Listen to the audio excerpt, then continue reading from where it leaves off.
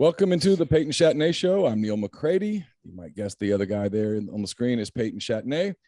Ole Miss's second baseman. Ole Miss and Tennessee getting ready to play a big weekend series starting tonight at Swayze. So 6:30 tonight, 7 o'clock on Saturday, and then a 1:30 start for the series finale on Sunday afternoon. This show is brought to you by The Rogue, 4450 I-55 North in Jackson. It's the place to go for your fine menswear. They've got a complete selection of Martin Dingman, Jack Victor, Halsey, True Grit, Duckhead, so many other brands there at The Rogue, 4450 I-55 North in Jackson.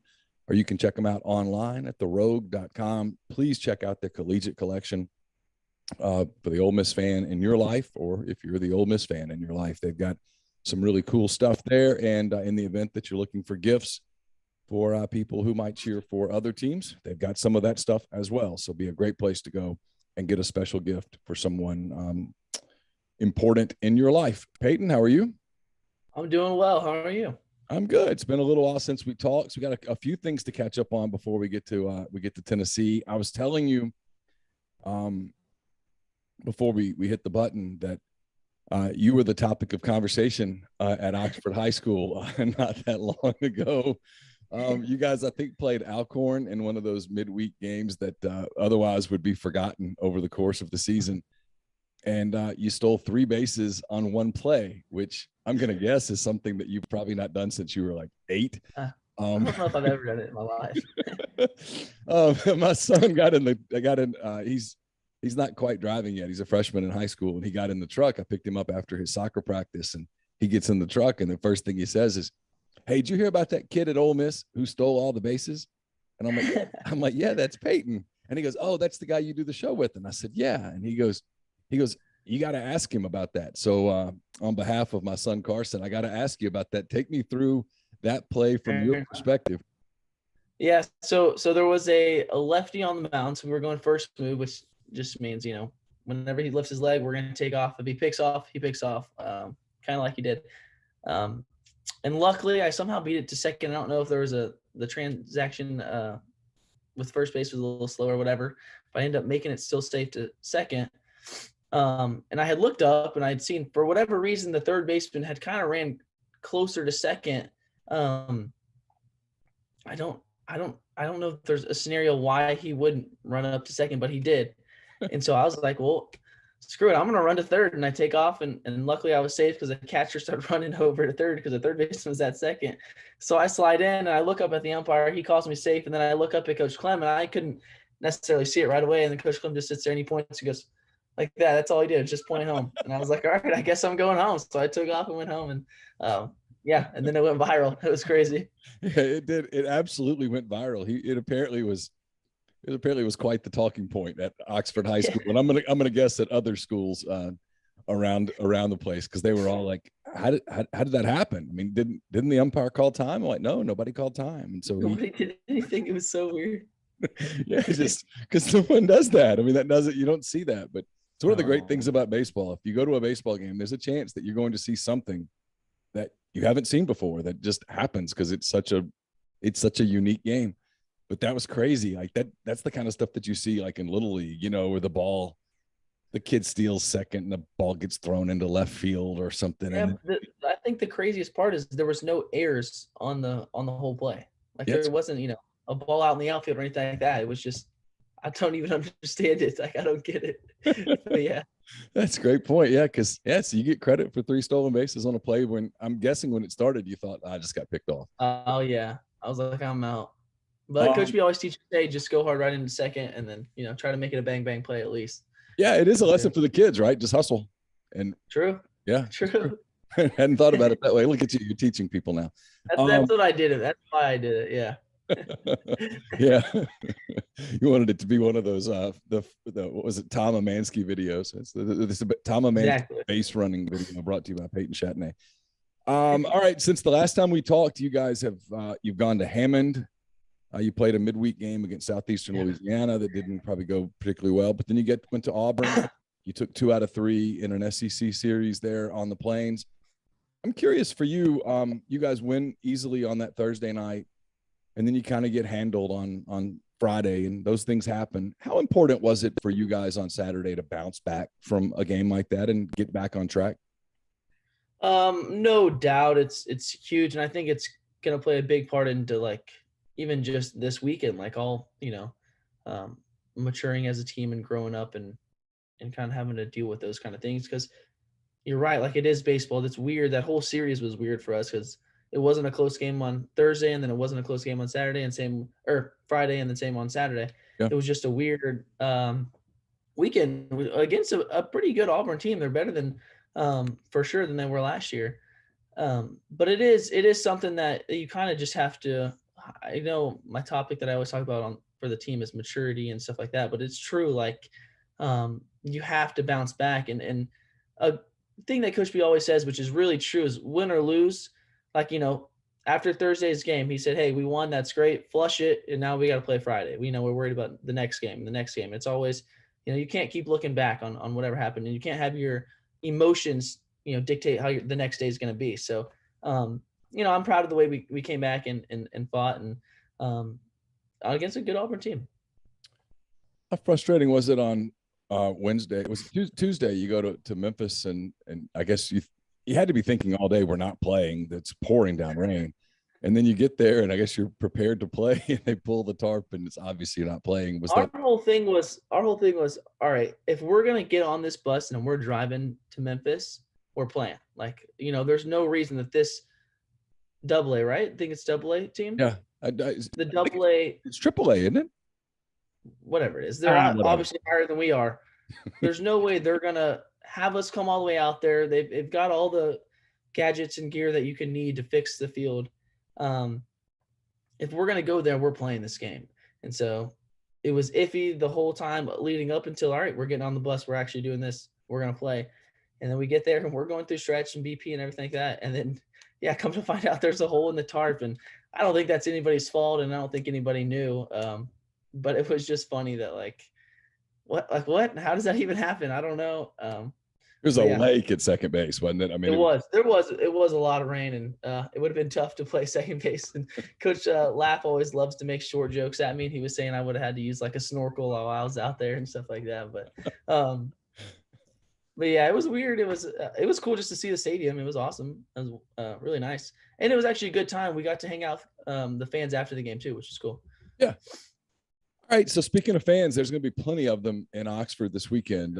You're not going to have to create your own energy, if you will. You talk about Energy Sunday and stuff. There's going to be lots of energy in and around Oxford. The weather looks like it's going to be spectacular all weekend, sunny skies, and it's not hot yet. It's not cold. It's kind of perfect. Huge crowds expected. I suspect they're going to lose count as to how many people are there. I'm guessing you get pretty excited here on the eve of, the cusp of one of these weekends where that you're going to play in front of packed houses with lots of energy against another nationally ranked team. Oh yeah. I mean, this weekend is going to be, I think it's going to be a lot of fun. There's going to be a ton of people sold out today, sold out tomorrow. I'm sure Sunday we'll get there. If not, if it isn't already. And I think this is going to be, not that we haven't played really good competition before, but this is going to be our true test to see how this team is going to be, the rest of the year. Because they're a really good team. I think they're pretty similar to us. But even just the fans in general, it's crazy as it seems, like there is a big advantage at playing at home, and especially here at Swayze. Like they're actually, like, you can feel the energy and you can feel the vibes, and it's totally different than playing an away game. Like it really is, in my opinion, it makes a difference. So I'm excited. It's going to be cool, and I love going out there and seeing everybody out there cheering and stuff and getting Swayze rocking. It's really cool. Yeah, there's a tremendous difference between like what you guys play. Yeah. I'm not criticizing Auburn. I covered Auburn for years. I have a lot of fond memories of that place, that particular park, in fact, but it doesn't have the same atmosphere as what you're going to have this weekend. So it is a completely different experience for a player, I'm guessing. I mean, I know you have to be disciplined and you have to approach every game and, be focused and all that stuff, but you're also a human. So there is a different feel to, hey, I've got to create some energy here and then going into what you're going to do this weekend, where I'm guessing, if anything, you have to say, hey, look, I can't get too juiced up. No doubt. I have to play baseball. Sometimes, you have to tell yourself, or sometimes somebody else might have to remind you, like, hey, slow it down. Like be you, slow it down, do your normal routine. I promise you there's going to be some young guys today. Not that we haven't, I already said, played, games and experienced stuff, but today's going to be a kind of a different vibe, a different feel. There's going to be some younger guys that are going to try to go through their routine, 20 minutes earlier than they're supposed to, just because they're jacked up. They don't know what to do. And I think what's cool is as most people would say that's nerves. And I think a lot of athletes just call it excitement. Like, I think it's, you're more excited than you are nervous. It's just, you have the same butterfly feeling. And the good athletes can kind of change those butterflies into a positive thing. But it's going to be a lot of fun. I can't wait. Yeah. It's just, I think it's both. It's nerves, it's butterflies. Like you saw it in the NCAA tournament a little bit last night, the Sweet 16, early in all of those games. Guys who normally just swish free throws are clanking it on the side. And you're like, what's that? It's nerves. You just there's a little extra something, and you have to, like you said, slow it down and remind yourself that, hey, this is the game that I play all the time. And the stage is big, but it's still the same game. You guys have that one attached to you right now, and you've had it before, ranked number 1. Do you sense that, like when you went to Hammond, when you went to Auburn, when you were playing Memphis the other night, do you sense that you have a bigger target on your back than you already do as being, one of the top programs in the country, but when that one's to the left of your name? I'm sure it does play a little bit more of a factor, but at the same time, like, I think a lot of schools, in the least cocky way possible, but a lot of schools know we are normally a really good team. We're normally up there at the top. And I think, especially whenever we go and play, Southeastern Louisiana, they hear Ole Miss, their antennas pop up, and then they're going to be on their A game. They're playing their very best game. And you can see if we let it get away from us, they can obviously beat us. That's the crazy thing about this game. Yeah, I do think having a 1, attached to our name is going to be, well, for sure, everyone's going to, everyone is chasing number 1. That's just, how it always works. And it's cool. I think this weekend is going to be a big test. Like I've said, I think 2 polls have Tennessee number 1, 2 polls have us 1. So it's going to be really fun. It's going to be a battle for sure. I'm excited. So they're kind of known as, since Tony Vitello got there, is kind of chippy. They have a different kind of an attitude a little bit. They talk a little bit more than maybe some teams do. And we've talked about this a little bit before, but when you go up against a team that maybe they're trying to get under your skin, that's part of their identity, is that fun, or do you have to avoid it, or how do you sort of counteract over the course of a weekend that's going to be emotional and stuff, and there's probably going to be some chippiness and stuff happens between the dugouts and stuff? How does that as a player, do you like that? I love it. It actually excites me. Like, I'm not saying I want to get into it with the other team. Like, I'm never going to try to do that, and I'm not going to be one to chirp back or talk, but I love it. Like, I love whenever it gets intense and it's like, you can tell there's tension and we want to win this game super bad. I mean, that's how it was on Friday against UCF. Like, it was just gritty and you wanted to win so bad. Like, and I love that. I think it makes it even more fun when there's a lot more emotions into the game. I haven't played Tennessee yet, so I'm not exactly sure. But it's going to be fun. And if they do, I hope they do. It's going to make it even better. We talked about this a little bit, I think the last time we talked, but at some point this weekend, I'm guessing you're going to see Ben Joyce, the Tennessee pitcher, who's, speaking of going viral, he's kind of going viral. Pitching Ninja, every time that he pitches, they're showing a lot of his stuff on Twitter and whatnot, because dude's hitting like 103, 104 on the gun. I mean, he's legit throwing that hard. At first, when that came out, we were like, well, maybe the gun in Knoxville's kind of juiced. I mean, and maybe it is, but the other people pitching in Knoxville aren't hitting 104. So dude's throwing really hard. I'm guessing you guys as hitters have talked about this a little bit over the course of the week, getting ready for this.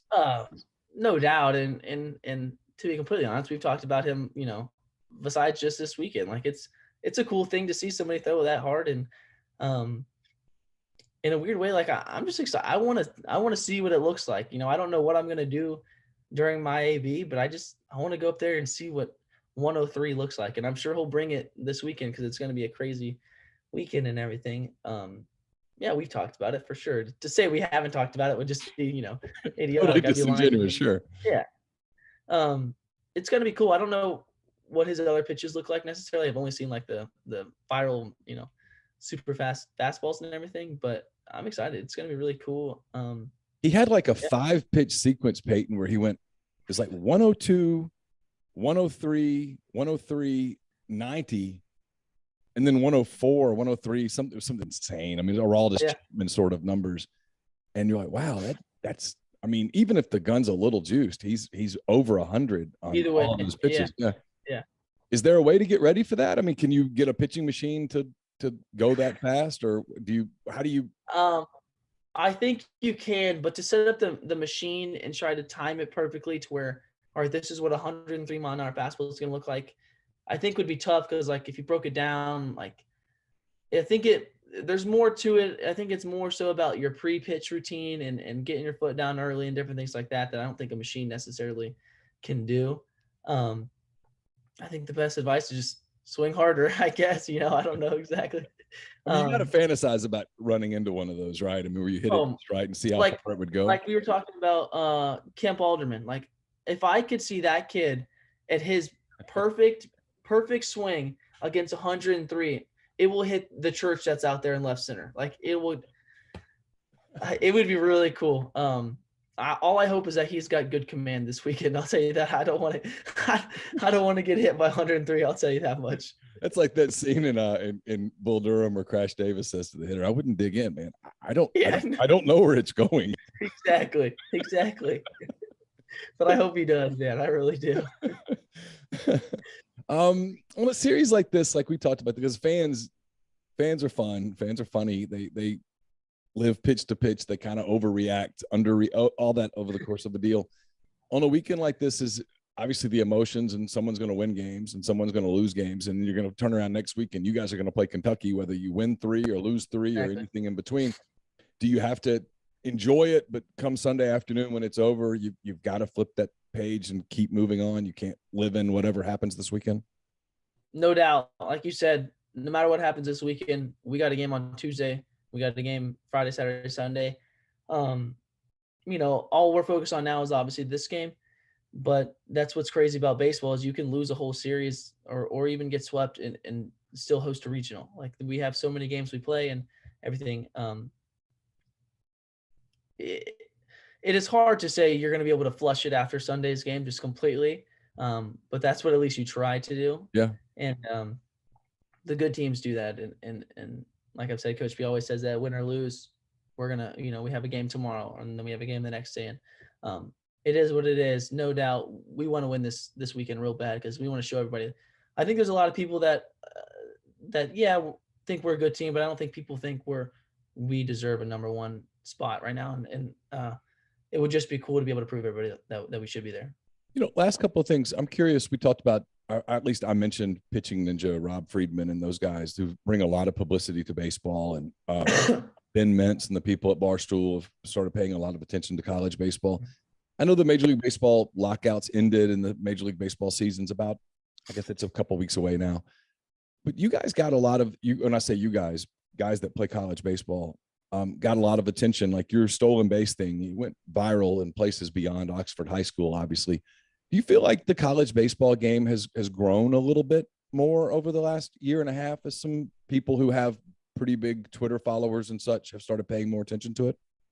I do think it's growing a lot more. And I think like, at least in the younger groups, it seems like to me that like when I was growing up, the only thing I ever cared about was MLB. I couldn't tell you, like, to be honest, I didn't know who Ole Miss was until my sophomore year of high school. Like I didn't, follow college baseball, but it seems like now at least a younger generation is really focusing more on college baseball, which is cool. Cause I've always said it. I think college baseball is just so unique and there's so many different, emotions, and there's so much excitement that goes on with this game because people truly care about winning and in every single game. I think it's a little bit different in the MLB. But I do, and it is cool to see that the game is growing even more. And I think it kind of has to do with social media for sure, and even the NIL stuff and everything like that. It's just a cool time right now. But yeah, I love to see the game growing a little bit. I didn't get to ask you this a couple of weeks ago. How quickly was your NCAA tournament bracket busted and destroyed? Mine was broken on the very first day. if I would have tried to even make one, it would have been horrible. Like I didn't follow college basketball at all this year. I told who was it? Somebody on the team. I randomly saw the Michigan coach. I don't know his name, but whenever he Juwan slapped Howard. the other guy or punched the other guy or whatever, I was like, you know what, Michigan's gonna win it just because that's the only team I knew. I didn't make a bracket at all. I wish I would have, but it would have been horrible. There's no shot. Your bracket's better than most people's then, because mine was completely destroyed. People who saw my actual bracket. I never publicized it, but a few people who saw it are laughing at me because they're like, "You actually watch a lot of college basketball." All right. Well, listen. Kentucky winning some games. Yeah, I did. I had Kentucky going to the Final Four. I had Kentucky and Iowa both in the Final Four, and they were gone on the first day. So that didn't go well. Okay, I know you got to get to the park and stuff early, so I'm not going to keep you long. We'll talk to you again next week. I guess just kind of what are your expectations for the weekend? Are you just a series that how much importance? Put it here. How much importance in your mind do you put on this series as opposed to maybe the one last weekend and that kind of thing, knowing that the rankings are such, and like you said, a lot of people are watching to see whether not only you guys, but whether Tennessee, whether the lofty ranking is justified. No doubt. I mean, I think this is the most important weekend we've played so far, without a doubt. I don't want to say we went into it in Auburn knowing, we should have won, which I do think we did say, hey, we should win this weekend. I don't want it to make it seem like, we were underestimating Auburn or anything like that, but I think people's antennas are up a little bit more this weekend. Like, I do think there's going to be a little bit more intensity to these games. I think everybody's really excited, and like I said, it's going to be a true test. Like, it's number one against number one here, and they're a really good team. They're going to be great, and I think we're going to be good. We just have to play our game, and it's going to be a lot of fun. I can't wait to see what Swayze looks like. Peyton, enjoy the weekend. Good luck to you. Hope everything goes well, and look forward to visiting with you next week here on the show. I appreciate it. Take care. That's the Peyton Chatagnier Show. Don't forget, brought to you by the Rogue 4450 I-55 North in Jackson, or therogue.com. They make this show possible, so please make sure that you go out and support them. If you are shopping for menswear, check them out at therogue.com. Until next week, for Peyton, I'm Neal. Take care.